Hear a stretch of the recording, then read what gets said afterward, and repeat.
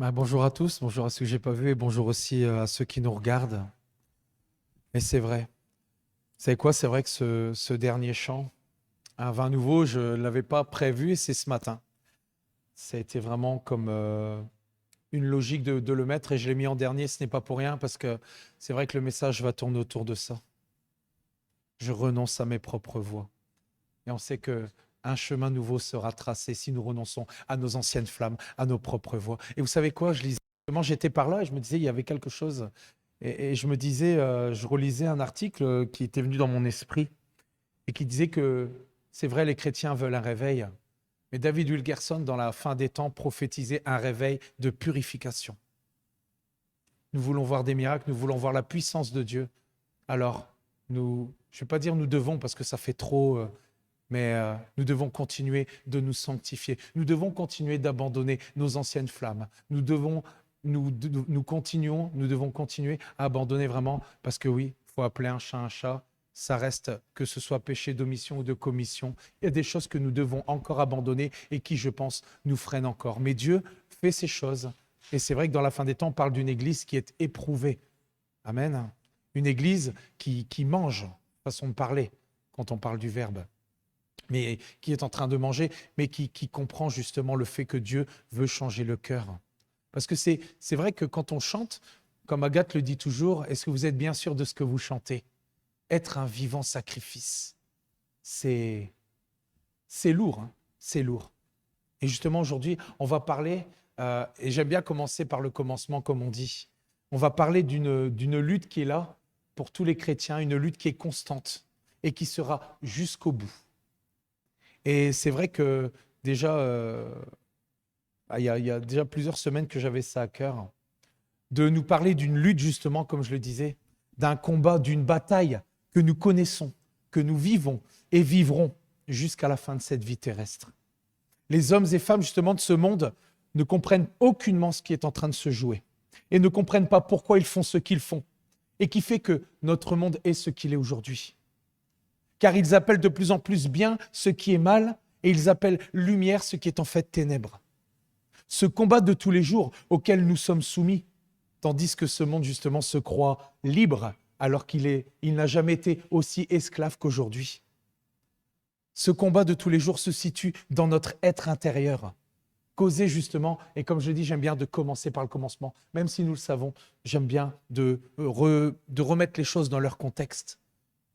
Et cette lutte, justement, elle a été causée par un événement qui a débuté dans le jardin d'Éden. Et je vais prendre avec vous Genèse 2, 16, 17.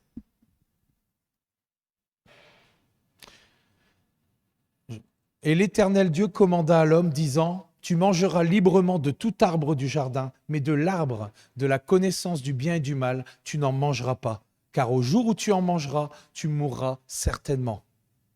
Donc il faut bien comprendre aussi le contexte ici, tu mourras certainement.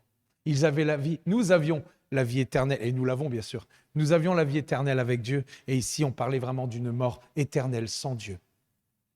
Et on va commencer ici justement parce que nous savons que Dieu nous a créés à son image. Il a implanté en nous une étincelle d'éternité, avec la capacité de penser, de choisir et d'aimer, ainsi que le privilège de pouvoir connaître notre Créateur. De pouvoir, parce que Dieu était tellement rempli d'amour qu'il a voulu justement créer vraiment une créature à son image pour pouvoir avoir cette relation, pour pouvoir avoir ce partenariat. Et c'est vrai que Agathe nous en parle assez souvent. Et c'est tellement merveilleux. Il nous a façonnés, il nous a modelés. Et quand on regarde David, qui était vraiment imprégné, il dit, il nous a tissés. Et je rendais encore grâce à Dieu. Je pense que nous pouvons tous rendre grâce à Dieu de ce que nous sommes des créatures merveilleuses. Amen. Et la parole de Dieu nous dit qu'il insuffla dans nos narines un souffle qui est Neshama. Nous parle de la respiration, d'un esprit qui donne la vie. Et donc, nous sommes devenus à ce moment-là des êtres vivants. D'ailleurs, justement, c'était une petite pensée. La science est tellement limitée par tous ceux qui rejettent l'existence du Dieu vivant par orgueil. Il y en a tellement, et c'est vrai, il y en a tellement, et il y en a de plus en plus. Et ces mêmes hommes, c'est vrai qu'ils croient que tout vient d'une flaque d'eau, etc. Mais je ne vais pas épiloguer sur du mensonge. Et ces mêmes hommes et femmes de science ne savent toujours pas d'où vient cette étincelle de vie. ne savent toujours pas d'où vient cette lumière de vie qui commence à faire battre le cœur d'un nourrisson. Mais nous le savons. Et c'est le même souffle de vie que Dieu a insufflé en Adam et Ève. Ce souffle que nous parlions juste avant. Rien n'a changé. Amen. Amen. Et je continue. Ensuite, Dieu a mis l'arbre de la connaissance du bien et du mal. Ils étaient libres de faire tout ce qu'ils voulaient, sauf de manger de cet arbre. Et beaucoup se demandent, alors c'est vrai, je pense que beaucoup ont ce questionnement et se disent, pourquoi Dieu a-t-il fait cela ? Pourquoi Dieu a-t-il placé cet arbre dans le jardin ? Pourquoi a-t-il laissé Satan les tenter ? Car Dieu est au contrôle de tout, non ? La réponse est, si Dieu n'avait pas donné ce choix à Adam et Ève, ils auraient été comme des robots, accomplissant simplement les tâches pour lesquelles ils étaient programmés. L'intention du Père n'était pas qu'Adam et Ève meurent. Loin de là, c'était tout l'opposé. Mais ils ont été mis à l'épreuve afin de déterminer s'ils allaient obéir ou non. Dieu nous a créés libres, Dieu nous a créés capables de prendre des décisions. Au début de la parole, il nous est dit qu'Adam et Ève n'avaient pas conscience de leur nudité. Amen. Ils voyaient comme Dieu les voyait. Ils étaient des êtres de lumière, environnés et couverts de sa gloire. Et je voudrais faire une parenthèse, parce que quand je parle d'êtres de lumière, je ne parle pas au sens figuré, je parle au sens propre. Quand je dis que nous sommes à la base des êtres de lumière, il suffit de regarder Moïse. Un exemple parfait. Et c'est bien d'avoir ces petites choses dans la parole de Dieu qui confirment. Quand il descend de la montagne du Sinaï, après avoir écrit les commandements sur les tables de pierre, sachant que Moïse a passé 40 jours et 40 nuits avec Dieu sans manger ni boire. Et je vais prendre justement cette petite parenthèse avec vous dans Exode 34, 29, 30. Puis Moïse redescendit du mont Sinaï, tenant en main les 2 tablettes de l'acte de l'alliance. Il ne savait pas que la peau de son visage était devenue rayonnante pendant qu'il s'entretenait avec l'Éternel.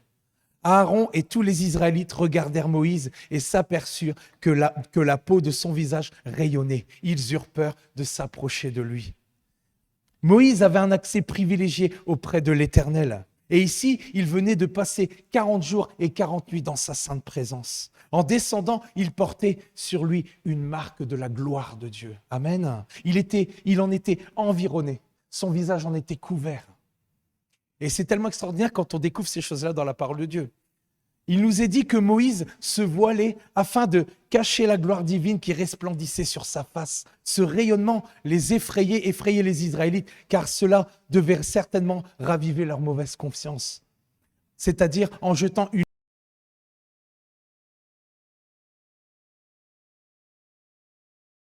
des êtres de lumière auprès de Dieu, dans sa présence, environnés et couverts de sa gloire. C'est autour de cela que cela va tourner aujourd'hui. Et vous savez quoi, j'avais déjà commencé à préparer le message et ces choses nouvelles sont venues s'ajouter. Et j'ai trouvé ça tellement extraordinaire. J'étais vraiment poussé à vous les partager. Nous étions à la base auprès de Dieu, dans sa présence, environnés et couverts de sa gloire. Amen. Amen. Merci Seigneur. Malheureusement, et ce n'est pas pour rien, revenons à la réalité ici-bas. Malheureusement, et ce n'est pas pour rien que le diable est appelé le serpent, qui est le plus rusé de tous les animaux que Dieu avait créés. Il a mis le doute dans le cœur d'Adam et Ève concernant la directive de Dieu. Et c'est l'acte de désobéissance qui a été destructeur spirituellement. C'est pour ça qu'il a dit, si vous en mangez, vous mourrez. Si tu en manges, tu mourras. Et quand leurs yeux s'ouvrirent, parce que souvenons-nous qu'au début, il nous est dit qu'ils n'avaient pas conscience de leur nudité. Et quand leurs yeux s'ouvrirent, ils se sont ouverts en fait. Et quand on regarde, je n'ai pas l'occasion de vous l'expliquer aujourd'hui, mais quand leurs yeux se sont ouverts, en fait, on parle des yeux physiques. Leurs yeux se sont ouverts en fait sur le monde visible. Ils ont eu à ce moment-là conscience de leur nudité. Ils ont eu honte. Ils se sont cousus des vêtements et ont voulu se cacher de devant la face de Dieu. Et par cette décision, ils sont devenus indépendants de Dieu, étrangers à la vie spirituelle de Dieu. Et cette vie ne pouvant plus couler en eux, ils n'étaient plus couverts ni environnés de sa gloire. Amen. Et ça a fait la différence entre le fait qu'avant, ils ne voyaient pas leur nudité et qu'après, avec des yeux visibles, ils pouvaient le voir. Parce qu'ils n'étaient plus environnés ni couverts de la gloire de Dieu. La parole de Dieu nous dit dans Romains, car tous ont péché et sont privés de la gloire de Dieu. Amen. Cette désobéissance, appelée aussi rébellion, a engendré la corruption dans la vie d'Adam et Ève, puis dans le monde. Les conséquences de leur choix Et c'est tout ce que nous voyons maintenant. La mort se sont étendues à toute l'humanité depuis ce jour-là. Comme j'ai dit, je voulais commencer par le commencement. Est-ce que nous remarquons une différence entre comment le monde agit aujourd'hui et du temps de Noé? Est-ce qu'il y a une différence? Et je vais prendre avec vous justement pour... on a déjà parlé plusieurs fois de ce verset, mais je pense qu'il est tellement actuel dans notre génération. Genèse 6, 5, qui nous dit, et on commence à le connaître, c'est vrai. L'Éternel vit que la méchanceté des hommes était grande sur la terre et que toutes les pensées de leur cœur se portaient chaque jour uniquement vers le mal. Voilà la finalité de tout homme et de toute femme séparés de Dieu. Il suffit de regarder autour de nous, dans notre génération, nous voyons je ne vais pas dire un éternel, c'est l'expression qui le veut, mais nous voyons un éternel recommencement. Il n'y a rien de nouveau sous le soleil et cela commence tôt. Et on en parlait aussi un petit peu en réunion de prière. On en a parlé dernièrement. Et je vais prendre, j'ai pas pris. Genèse 8 nous dit, les pensées du cœur de l'homme sont mauvaises dès sa jeunesse, dès son enfance, dans d'autres versions. Et c'est vrai, si l'on regarde justement, regardez les études, si l'on regarde les enfants, quand ils commencent à être conscients de leur existence, leurs yeux s'ouvrent, on en avait parlé un petit peu, leurs yeux s'ouvrent sur le monde visible et ils apprennent beaucoup plus facilement le mal que le bien. Même si on élève un enfant dans un endroit isolé, à l'abri de toute influence négative extérieure, on parle parfois de l'âge de raison, qui est souvent, et je regardais un petit peu la moyenne, qui est souvent vers 7 ans, ou plutôt qui était vers 7 ans. Pourquoi je dis ça? Parce qu'on se rend compte que de plus en plus, à cause de ce que nos gouvernements font, ils cherchent à pervertir nos enfants, à les éveiller. Mais ça, c'est le prince de ce monde qui fait cela. Ils cherchent à pervertir nos enfants et à les éveiller au mal de plus en plus tôt. Avec, par exemple, on parle de l'éducation sexuelle ou bien d'autres choses encore. Il y a des choses qui sont terribles. Et donc, cet âge de raison, comme on dit, est l'âge non pas d'être raisonnable, comme le nom l'indique, mais de raisonner, mais pas en bien. Amen. Et cela prend, et vous allez voir où je vais en venir en fait, où est-ce que j'en viens avec toute cette histoire. Et cela prend de l'ampleur en grandissant. Et le monde, justement, ne le comprend pas. L'humanité ne sait pas pourquoi elle agit aussi mal. Pourquoi elle ne sait pas s'empêcher de commettre le mal. Et d'ailleurs, Jérémie 17,9 nous dit «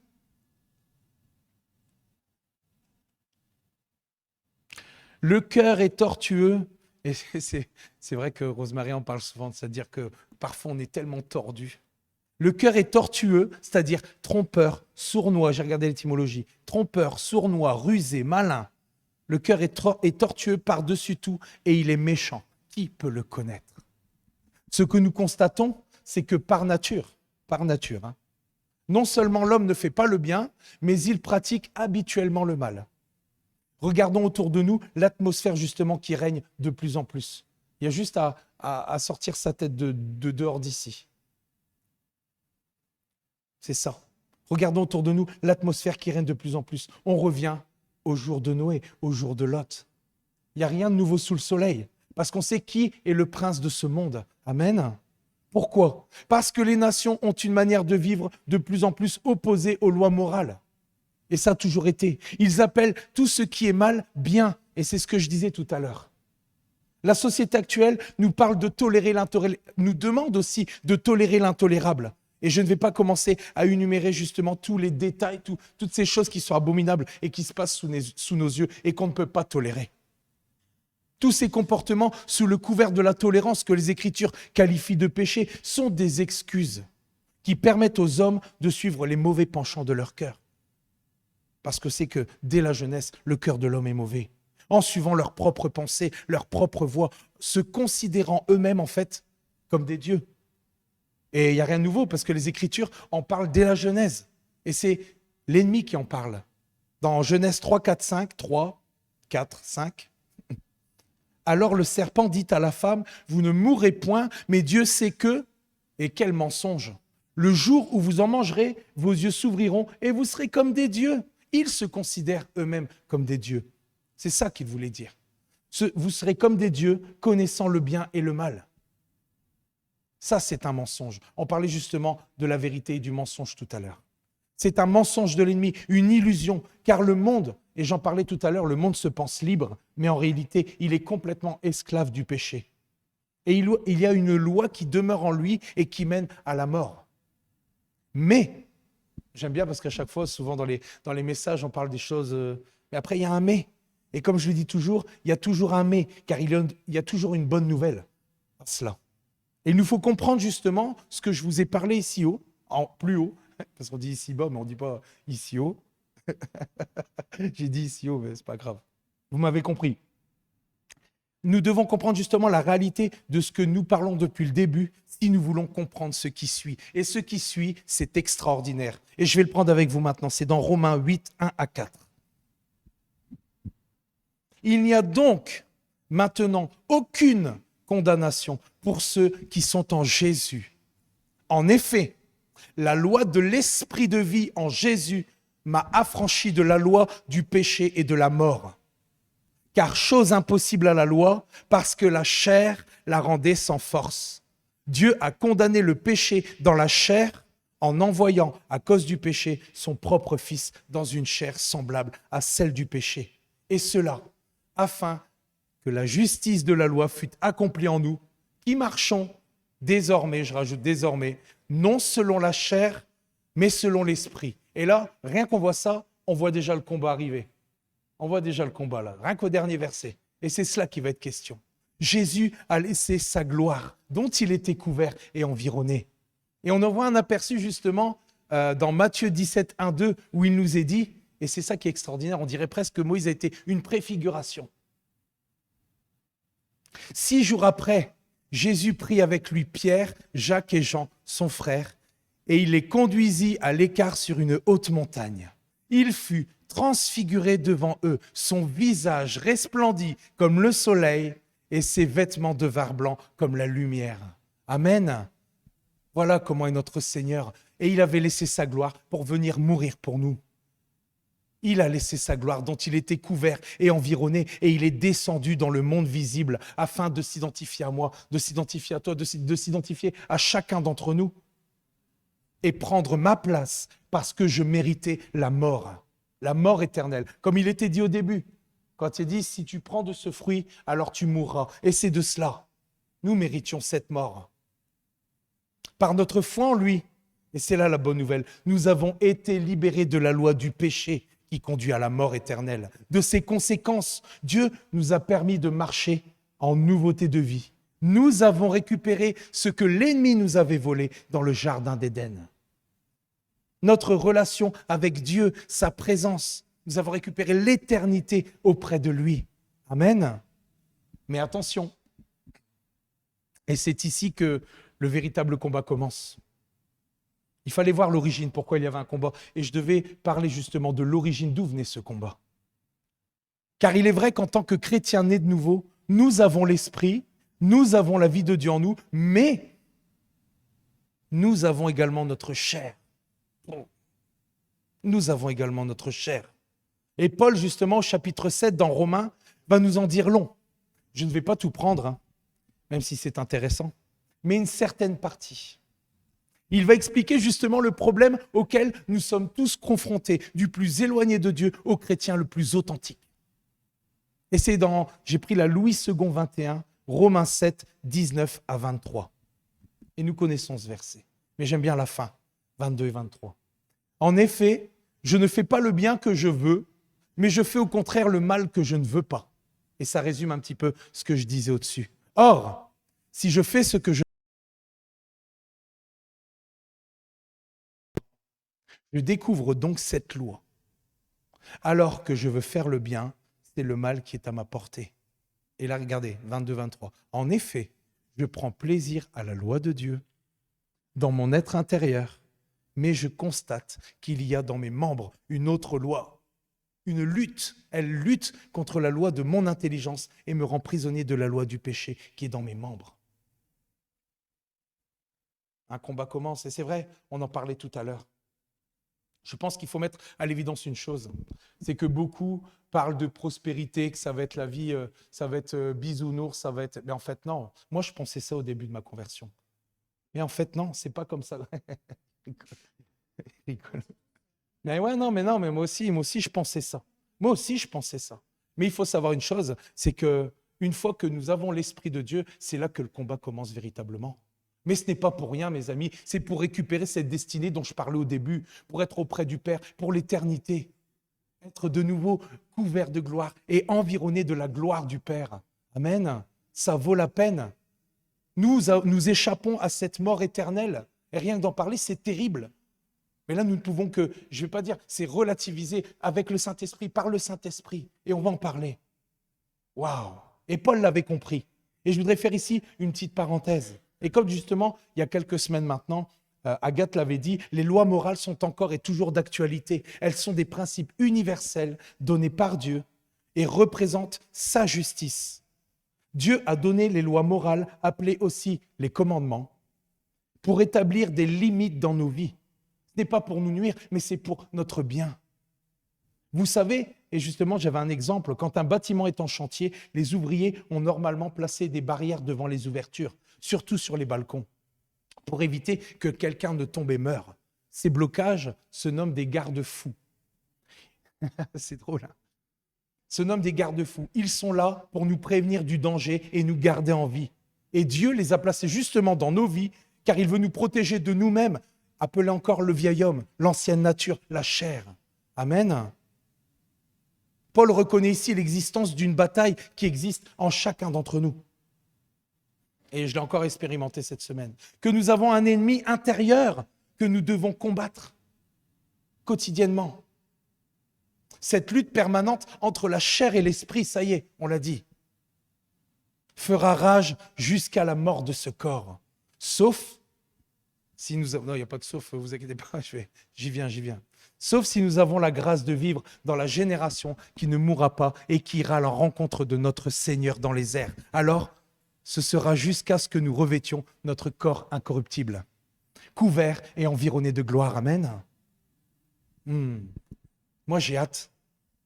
Terminer la lutte, terminer la bataille, terminer la guerre. Terminer. Une fois le corps incorruptible revêtu, ce sera comme au début quand nous étions avec Dieu. Nous serons à ce moment-là environnés de gloire et couverts de sa gloire.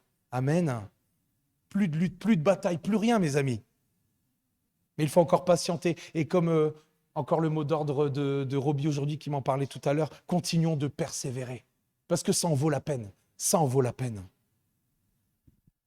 Cette lutte dans le monde visible, c'est comme, vous savez, et c'est vrai, j'ai essayé de mettre une illustration, mais c'est drôle. Moi, je vais vous dire ce que c'est. C'est comme dans certains dessins animés où on voit un diable qui est assis sur une épaule et on voit justement un ange sur l'autre. Chacun s'opposant, rivalisant pour capter notre attention. Vous avez déjà vu ça? Eh bien, j'ai essayé je voulais mettre un petit film. Eh bien, vous savez quoi? Même les dessins animés sont tellement tordus qu'en fin de compte, on se rend compte que souvent, le personnage donne raison au petit diable. Donc j'ai dit, oh bah non, hein, si c'est ça, c'est vraiment tordu. J'ai essayé de trouver 2-3 extraits, ça finissait toujours comme ça. Je dis, bah c'est pas grave. Mais voyez comment le monde est fait justement. Même dans les dessins animés, on voit que la voie de la conscience qu'ils suivent, c'est pas celle de Dieu, c'est pas celle de l'ange, mais c'est celle du diable. Tellement tordu, tellement tordu. Nous sommes engagés dans une bataille. Nous sommes engagés dans une bataille. Voilà la réalité quand nous devenons chrétiens et que nous décidons de donner notre vie à Jésus. Mais cette bataille, elle en vaut la peine. Et quand on regardait, on parlait tout à l'heure de cela dans la parole de Dieu, tous ceux qui sont passés majoritairement, voire tous, quand on parcourt la parole de Dieu, eh ben c'est ce qui s'est passé. Ils ont mangé aussi. Ils ont mangé, ils ont été éprouvés. Mais leur finalité, mes amis, on sait que maintenant, ils sont près de Dieu. Amen. Amen. Et c'est ce qui doit vraiment continuer de nous motiver, même si tout s'effondre autour de nous, Jésus est là. Et c'est ce que une sœur me disait tout à l'heure. C'est vrai que des choses s'effondrent autour de nous et on se dit, ben voilà, Jésus est avec nous et c'est ce qui fait qu'on tient encore. Amen. On a tous des situations, parfois, c'est vrai, il y en a qui mangent plus que d'autres. Mais je veux vraiment encourager à continuer de persévérer parce que ça vaut la peine. Et Dieu ne fait pas tout ça pour rien. Amen. Où est-ce que j'en étais? C'est ça. Nous sommes engagés dans une bataille. Et pour y voir plus clair, justement, nous le savons, mais nous allons un petit peu décortiquer ce que nous sommes. L'homme ou la femme est un esprit qui possède une âme et habite un corps. Il y a donc deux dimensions en nous, à savoir l'être charnel constitué de la chair et de l'âme et l'être spirituel qui est l'esprit. Les péchés de la chair proviennent généralement de l'âme qui est le siège des émotions à travers les pensées impures dont elle est souillée. Je vous ai dit, depuis le commencement. Et je vais prendre avec vous justement dans la Bible Semeur, Marc 7, 20 à 23. Et il ajouta, ce qui sort de l'homme, c'est cela qui le rend impur. Car c'est du dedans, c'est du cœur de l'homme que proviennent les pensées mauvaises qui mènent, et là, il y en a une perle, qui mènent à l'immoralité, au vol, au meurtre, à l'adultère, l'envie, la méchanceté, la tromperie, le vice, la jalousie, le blasphème, l'orgueil et à toutes sortes de comportements insensés. Tout ce mal sort du dedans et rend l'homme impur. Si je suis justement ce que je viens de lire, ce sont les mauvaises pensées que le cœur génère et qui s'unissent à la volonté pour produire de mauvaises paroles et de mauvaises actions. Donc, si je récapitule, nos pensées influencent nos attitudes, parce que ça démarre toujours dans la pensée.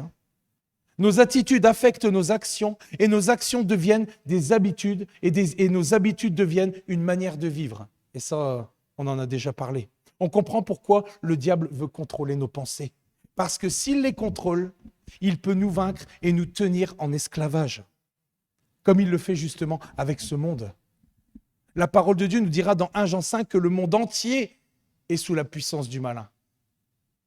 J'aurais tellement d'exemples à vous donner concernant cette lutte acharnée dans le domaine de la pensée, du plus flagrant, je dirais du plus flagrant au plus subtil, parce qu'on parle toujours de gros péchés, même si ce n'est pas des plus gros péchés, mais on parle de ceux qui sont plus visibles que ceux qui sont subtils. Car le diable est rusé, et c'est déjà depuis le Jardin d'Éden qu'on parle qu'il est rusé. S'il ne peut pas nous faire tomber dans les péchés, je dirais, flagrants, il usera de stratagèmes pour nous faire tomber dans certaines choses plus dissimulées, auxquelles nous ne faisons pas attention ou auxquelles nous ne faisons plus attention. Et je voudrais encore faire ici une petite parenthèse. Il y aura 3 ou 4 parenthèses aujourd'hui. Quand je parle de choses flagrantes, et c'est vrai qu'on ne peut parler que de ce que l'on a vécu. Et avant de parler de cet événement qui s'est passé quelques mois après ma conversion, je vais juste prendre un verset ici pour resituer en ajoutant ce qui est dans le message et pour resituer par rapport au verset. Dans la Bible Semeur, 2 Pierre 2, 20 à 22.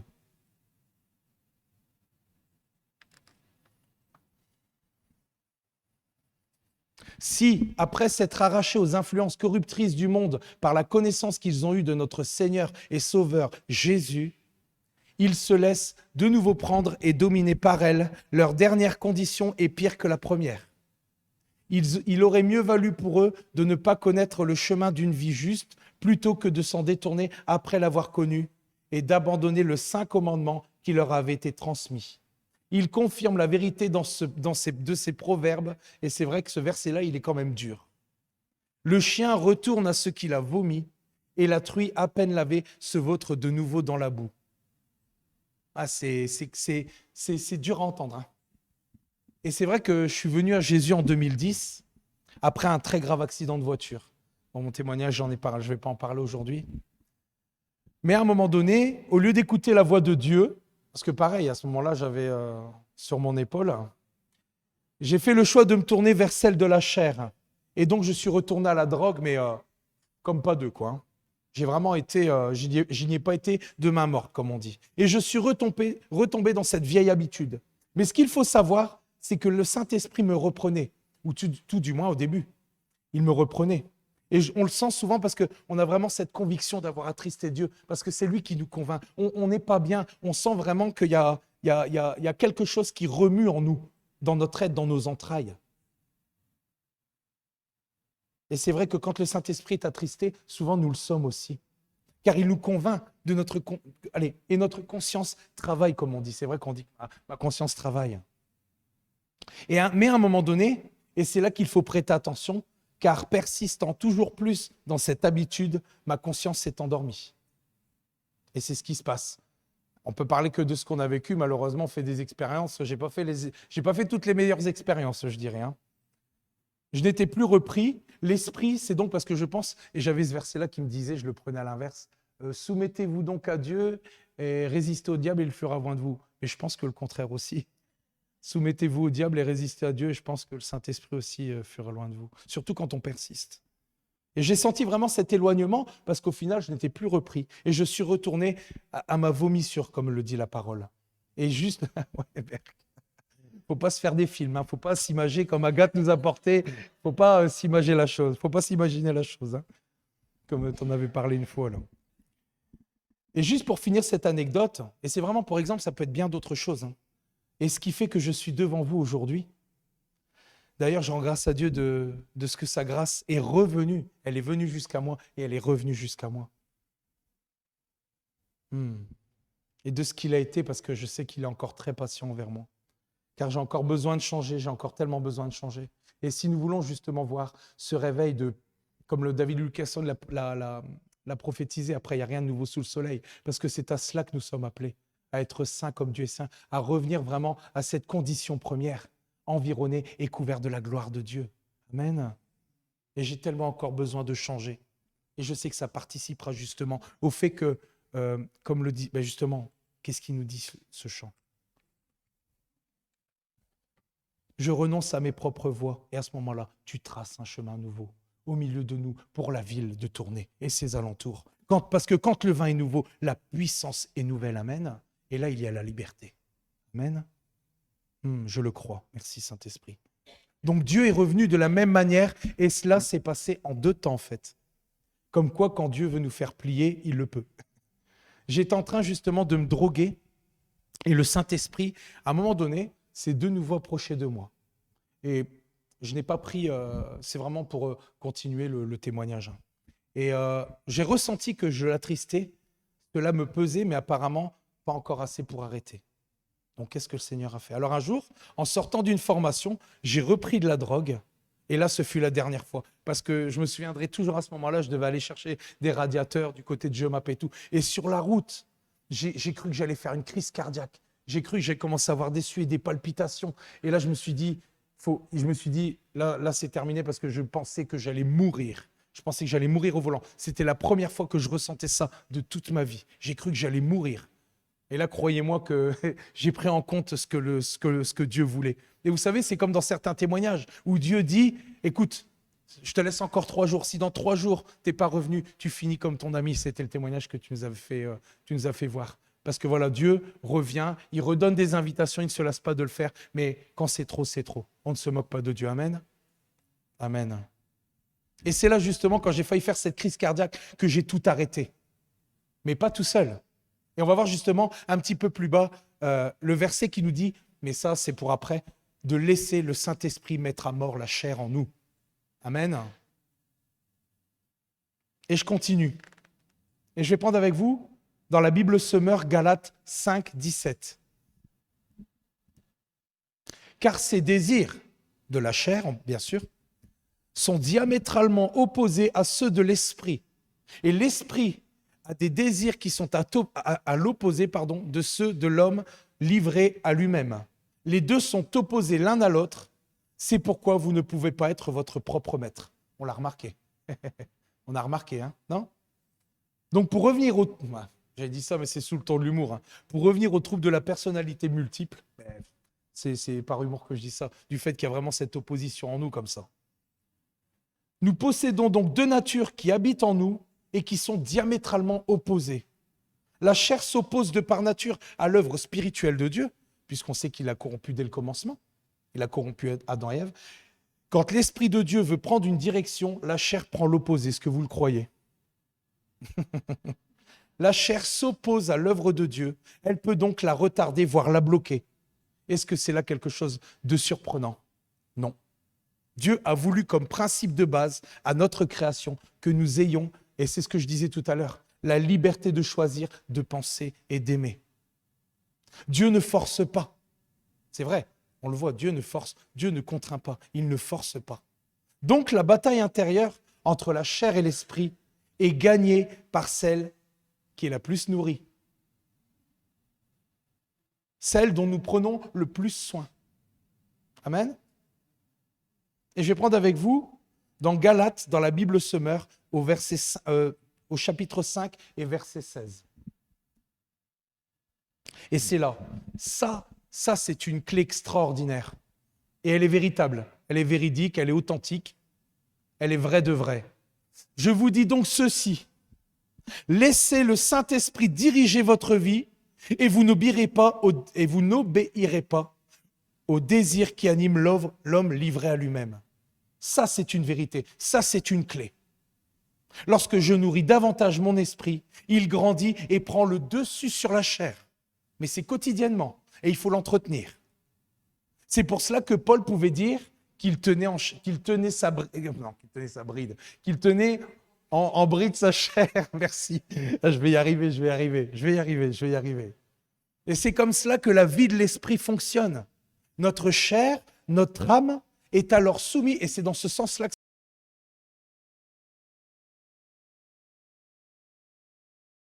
à l'esprit de vérité, qui nous conduira dans toute la vérité, et qui nous conduit dans toute la vérité, et qui nous donnera du discernement pour ce temps-ci.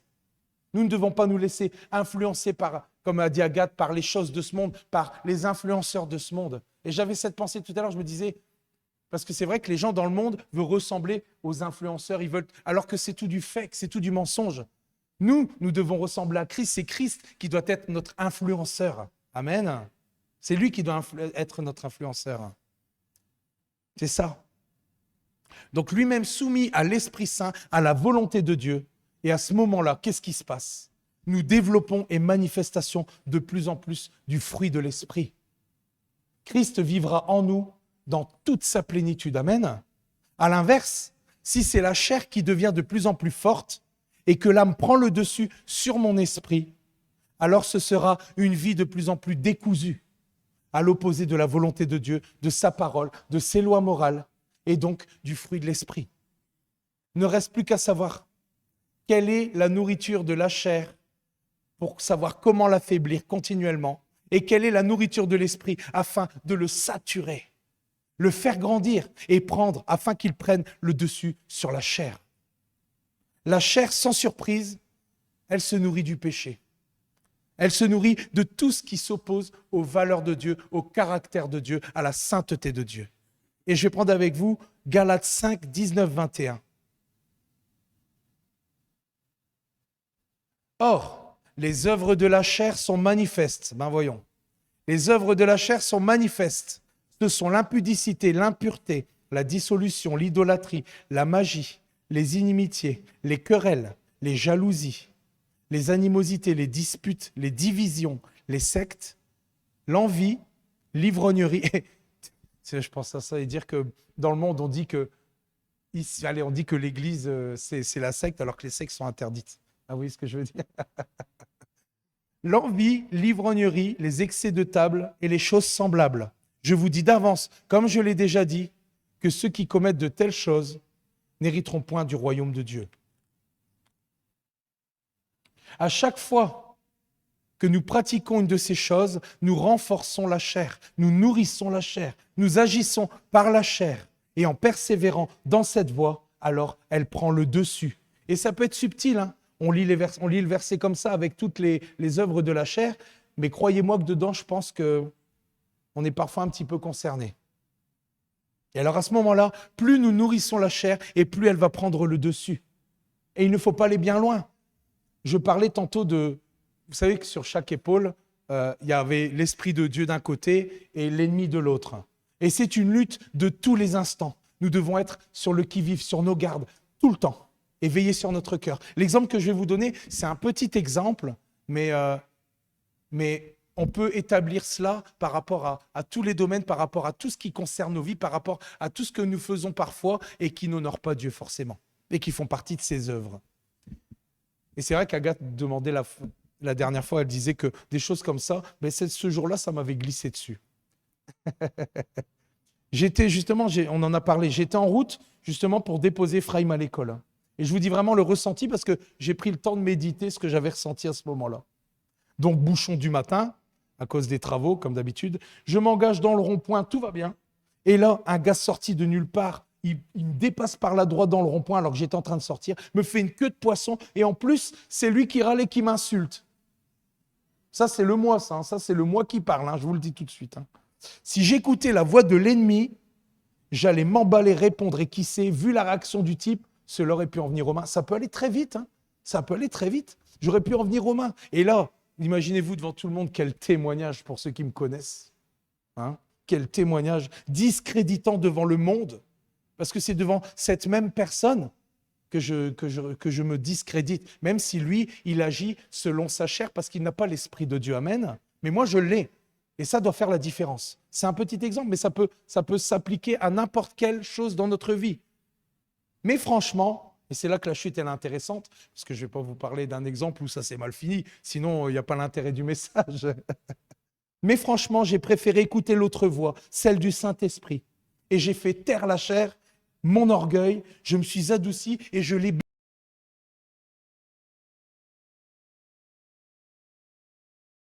du temps. Mais, parce que faut rester quand même honnête. Parce qu'encore une fois, et on en parlait, ça dépend aussi des conditions extérieures. Vous voyez, des fois, on est déjà un petit peu chargé du matin, et on dit toujours la goutte d'eau qui fait déborder le vase. Malheureusement, préférez que ce soit la goutte d'eau du Saint-Esprit qui fait déborder le vase. Mais vous voyez ce que je veux dire, ça peut arriver à n'importe qui et dans n'importe quel domaine. Et je parle ici d'une situation, comme je dis, dans la vie de tous les jours, mais il y en a tellement d'autres où on a un personnage assis de chaque côté de notre épaule.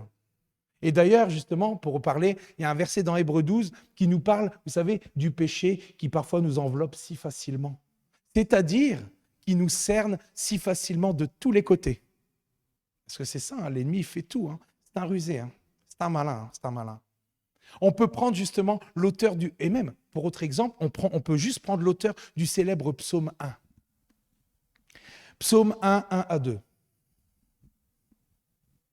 Heureux l'homme qui ne marche pas selon le conseil des méchants, qui ne s'arrête pas sur la voie des pécheurs et qui ne s'assied pas en compagnie des moqueurs, mais qui trouve son plaisir dans la loi de l'Éternel, et qui la médite jour et nuit.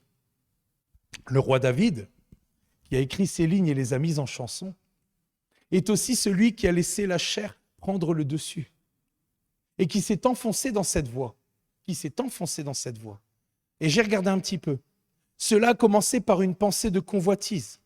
Donc il prend la femme d'Uri, couche avec elle, la met enceinte. Puis il se laisse envelopper de nouveau par une autre pensée, celle de meurtre.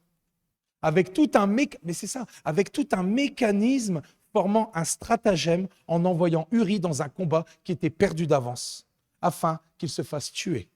Puis après le deuil, il épouse Bathsheba. Je ne vous donne pas la suite, mais je peux vous dire une chose, c'est que cela lui a coûté cher. Et là où je veux en venir, c'est que même si Dieu ne l'a pas destitué et qu'il a été un très bon roi, tout cela pour dire que ce soit David, Paul, parce qu'il n'était pas parfait non plus, ou n'importe quel chrétien authentique, nous sommes tous logés à la même enseigne. Lorsque nous recevons Jésus, notre esprit naît de nouveau, mais notre âme conserve sa vieille nature.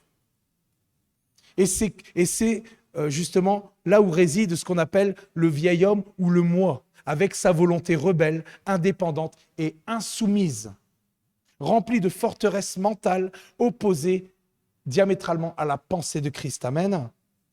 Et ici, je parle de ce que David a vécu, mais cela peut être d'autres choses. Et on en parlait tout à l'heure des œuvres de la chair. Cela peut être aussi une question de résister au pardon. On peut parler aussi du mépris de l'autre, et on en a déjà parlé, ou de ne pas considérer tout simplement notre prochain. Mais il y a tellement de choses. J'ai dit ça parce que c'est ce qui est venu en premier, mais il y a tellement de choses dans lesquelles on peut s'égarer, dans lesquelles on peut laisser la chair prendre le dessus. La parole de Dieu nous parle d'aimer son frère et que celui qui ne le fait pas est dans les ténèbres. On est d'accord. Mais la parole de Dieu va plus loin dans Luc 6, 27, 28, qui nous dit «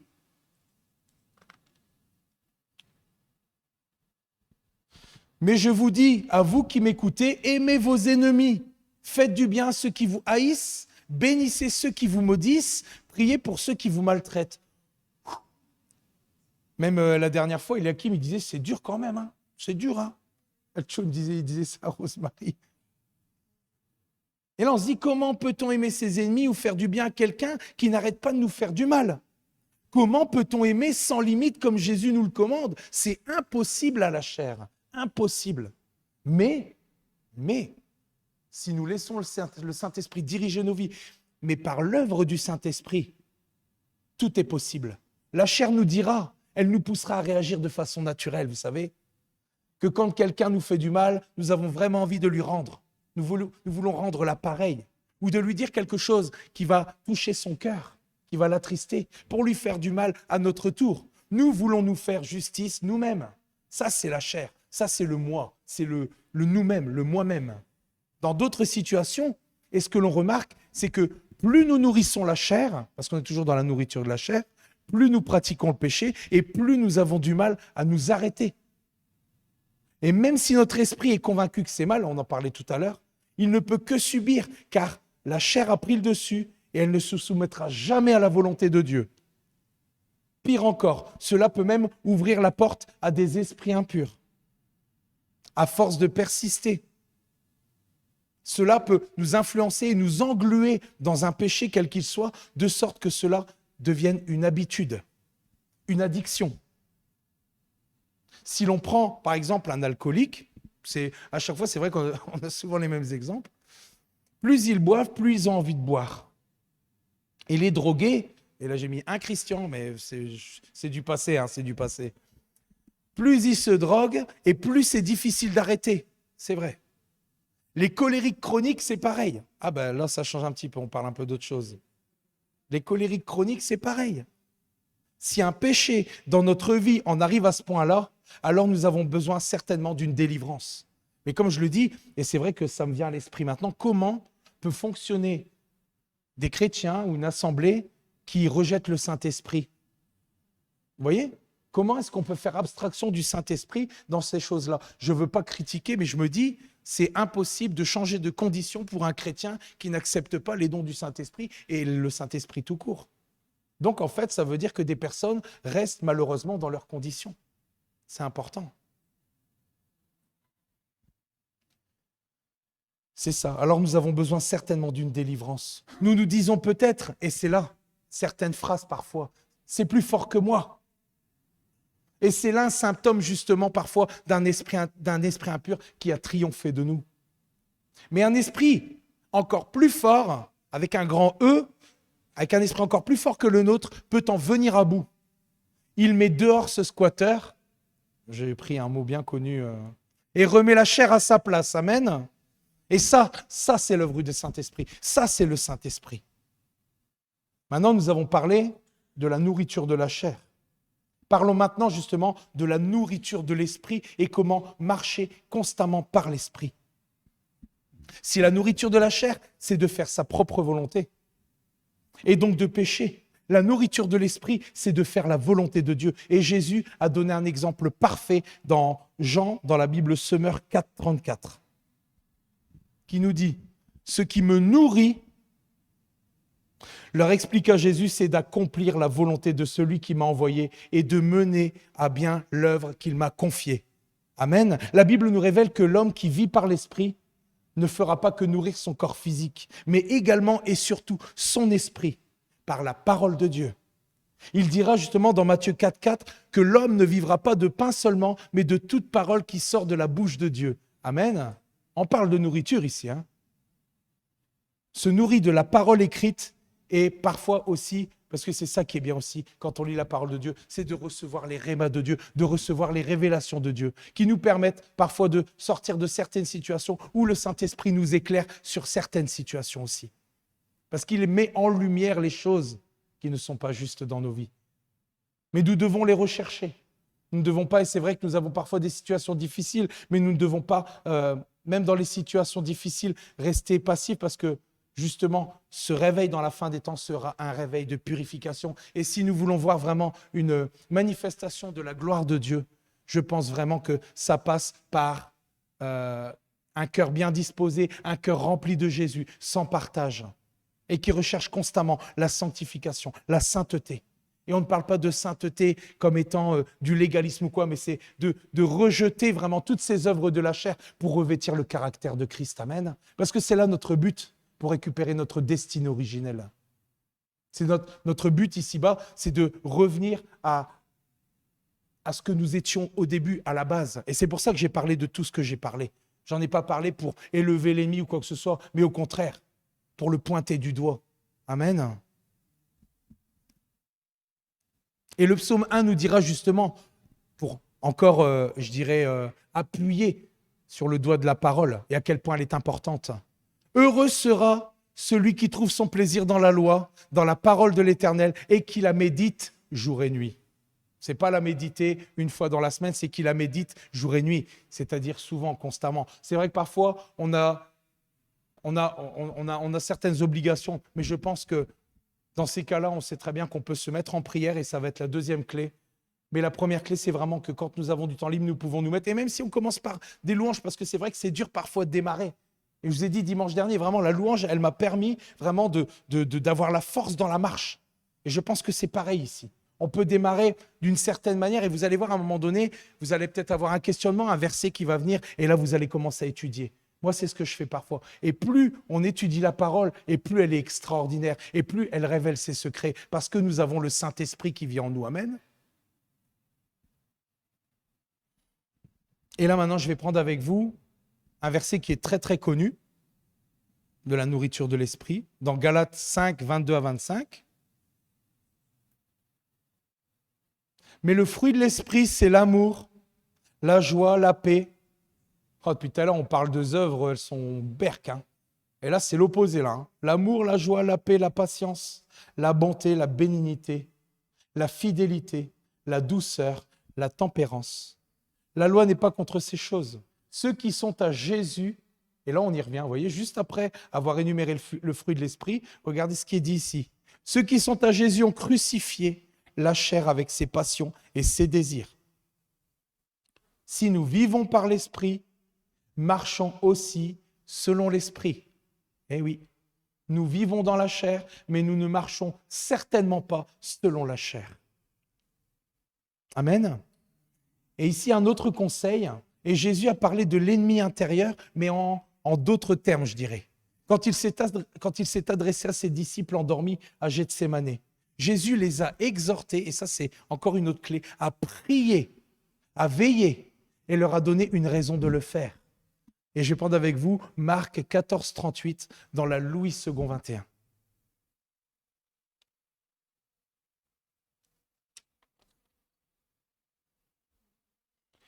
Restez vigilants, restons vigilants et priez pour ne pas céder à la tentation. Pourquoi ? Parce que oui, l'esprit est bien disposé, mais par nature, l'homme est faible. Amen. L'esprit de l'homme est bien disposé, mais la chair est faible. Donc, priez sans cesse, que ce soit en langue, sans cesse. Après, on dit sans cesse, mais ce n'est pas comme si on priait 24 heures sur 24. Comme il disait Smith Wigglesworth, il disait, ouais, je le dis bien maintenant, ça c'est l'entraînement devant le miroir, comme je disais la dernière fois. C'est, je ne prie jamais plus de 30 minutes, mais je ne fais jamais 30 minutes sans prier. Amen. Ça, j'ai réussi à le dire aussi. C'est vrai, parce qu'on ne peut pas prier sans cesse. Après, prier sans cesse, c'est aussi, je pense, et comme on le disait la dernière fois, c'est de soumettre toutes les situations, de soumettre tous nos choix au Saint-Esprit en tout temps, en toute situation, à tout moment. Amen. C'est cela aussi. Amen.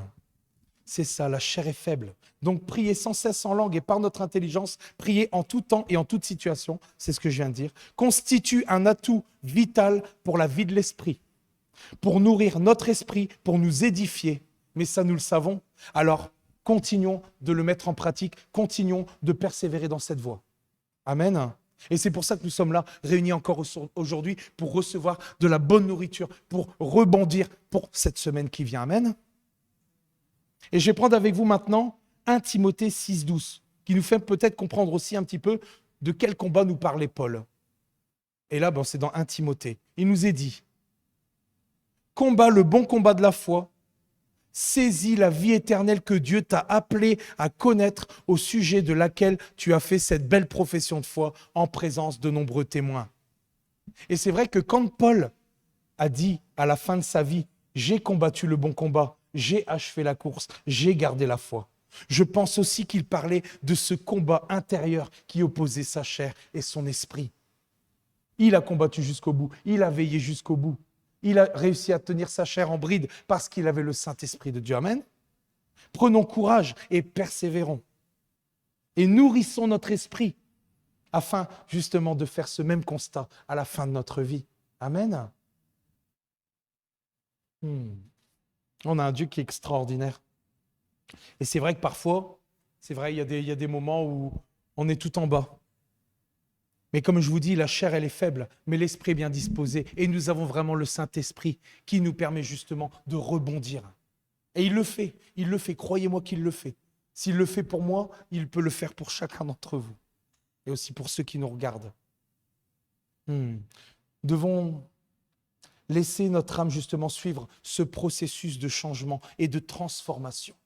Afin que justement le moi subisse mort après mort après mort. Et on parle sans cesse de ceux qui disaient que pour avoir le degré où ils étaient, d'avoir vraiment le ministère qu'ils avaient, ils avaient souffert des centaines de morts. Amen. Que ma louange, ouais, c'est vrai que ce chant-là, il faut vraiment bien réfléchir avant de prononcer les paroles. Cela prend parfois du temps, et ça on le sait, mort après mort après mort après mort. Pour que cela se produise, notre volonté doit se soumettre encore et encore à notre Père céleste. Et notre esprit doit être renouvelé sans cesse par l'Esprit de Dieu. Amen.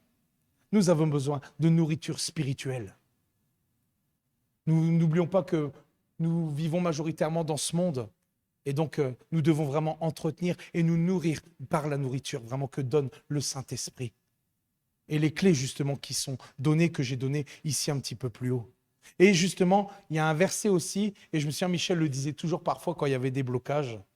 Dans Matthieu 16, 24, il nous est dit, « Alors Jésus dit à ses disciples, si quelqu'un veut venir après moi, qu'il renonce à lui-même. » Et ça, je l'ai entendu plein de fois, ça. Qu'il renonce à lui-même, qu'il se charge de sa croix et qu'il me suive. Qu'il renonce à lui-même. Et renoncer, c'est à tous les niveaux. Jésus est notre modèle. Il est, comme je le disais tout à l'heure, il est notre influenceur. Et il doit être notre influenceur. Nous ne devons pas nous laisser influencer par les choses qu'il y a dans ce monde. Mais nous devons nous laisser influencer par Jésus, notre Seigneur. Par son esprit qui habite en nous. Il est venu habiter en nous. C'est extraordinaire. Il est le meilleur exemple à suivre. Plus nous avançons dans cette conformité, plus notre esprit est renforcé progressivement. Et plus il prend le dessus sur la chair, parce que c'est là le but. À un moment donné, il doit y avoir un gagnant. Il y a toujours un gagnant et un perdant. Il prend le dessus sur la chair et les désirs charnels s'éloigne de plus en plus. Je dirais même que certains péchés, certaines choses que nous faisons peuvent disparaître progressivement dans notre vie et que c'est avec le recul que nous le voyons. On dit tiens, je suis plus le même aujourd'hui que je l'étais hier. Et on s'en rend compte parfois quand on fait un constat, quand on continue notre marche et qu'on se dit tiens, je fais plus ça. Et c'est avec le recul que nous le voyons. Notre vie s'assainit de plus en plus et les vices partent. Parce que nous mettons notre chair en état de famine. Et que l'esprit, lui, a pris le dessus sur tout le reste. Lui-même étant soumis à l'Esprit de Dieu. Et la question, c'est ça, c'est justement de savoir quelle nature nous nourrissons le plus. Quelle nature nous nourrissons le plus. Et je reviens sur, je ne l'ai pas donné, mais je reviens sur ce verset qui nous donnait vraiment une clé extraordinaire. Je vous dis donc ceci, laissez le Saint-Esprit diriger votre vie et vous n'obéirez pas aux désirs qui animent l'homme livré à lui-même. Nous ne sommes pas livrés à nous-mêmes, et nous avons vraiment l'Esprit de Dieu qui habite en nous. Amen. Nous serons dans un combat intérieur toute notre vie. Ça, je l'ai appris. avec deux voies différentes, deux natures opposées, mais nous pouvons choisir la pensée de l'esprit. À chaque situation qui se présente à nous, nous sommes appelés, et c'est là que je rejoins justement ce que je disais au début et que je trouve extraordinaire. Nous sommes appelés à grandir de gloire en gloire, en gloire, en gloire, car nous sommes appelés à redevenir ces êtres de lumière, environnés et couverts de sa gloire. Amen. Ah, il y a des choses, c'est extraordinaire, et je comprends pourquoi parfois il y a des choses qui se passent. Il y a des, ouais, je sais le mot chose, c'est vaste, c'est impersonnel, c'est, ouais, chose, oh, chose, autant pour moi. C'est ce que je voulais vous apporter aujourd'hui, mais vraiment, je sais qu'ici, il y a des choses qui se passent, mais dans la parole de Dieu, et c'est logique, c'est que dans la fin des temps, c'est un réveil de purification. Et j'étais en train encore de le lire, et on parlait vraiment de ceux qui étaient mis à part. Et c'est vrai, il y a de la souffrance, il y a de l'épreuve. Mais à côté de ça, c'est la gloire. C'est la gloire qui nous attend. Nous serons de nouveau environnés et couverts par sa gloire, de sa gloire. Amen. Voilà, je veux nous encourager à persévérer, à continuer, envers et contre tout, espérant contre toute désespérance. C'était le message de la semaine dernière. Et là, nous sommes repartis une semaine, nous nous voyons demain pour la réunion de prière. Mais vraiment, que nous puissions être encouragés par ce que le Saint-Esprit nous donne. Amen. Amen. Bon dimanche à tous, à ceux qui nous regardent. Voilà. Soyez bénis.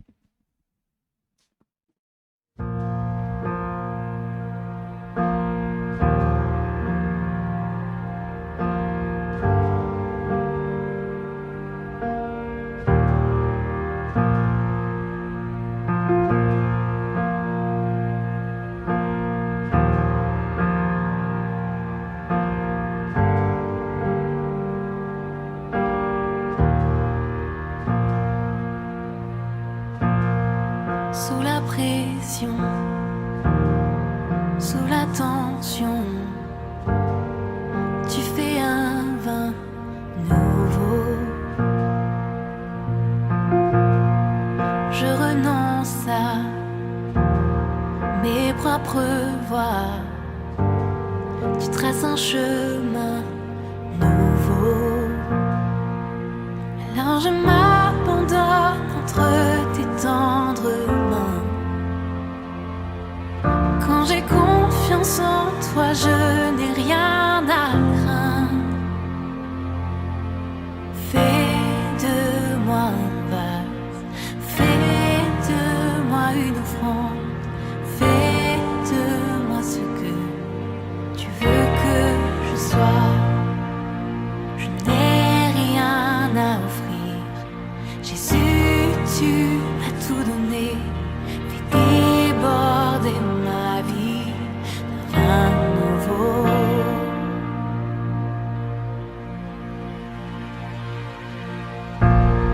Sous la pression, sous la tension, tu fais un vin nouveau. Je renonce à mes propres voies. Je trace un chemin nouveau. Je trace un chemin nouveau. Fais de moi